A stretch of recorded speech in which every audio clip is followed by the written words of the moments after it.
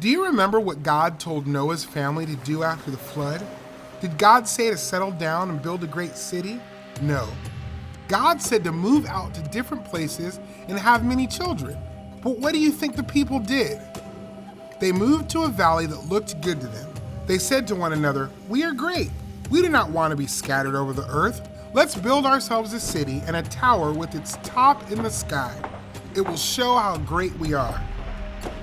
The people were not doing what God had told them to do after the flood. They wanted to be as important as God. They were saying, "Look how great we are," instead of "Look how great God is." They wanted glory for themselves instead of God. But God is greater than anyone.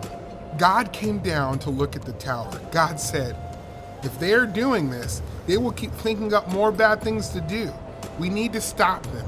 Here is what we will do. We will mix up their words." When people tried to make plans, they could not understand what other people were saying. If one workman said, "Hand me another brick," nobody else knew what he wanted. They had to stop building the city. Isn't God smarter than people? He had such a great idea to stop the people from building that tower. Who else could have created many different languages? Families had to move away from each other to live with people they could understand. God made it so the people did just what he had told them to do after the flood.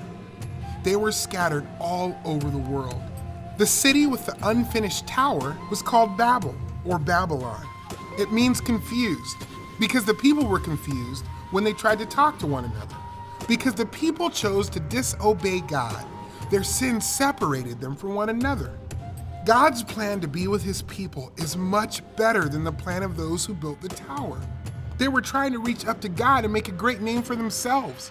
But God's plan was to reach down to us and make a great name for himself. The good news is, Jesus brings us to God and makes us friends again.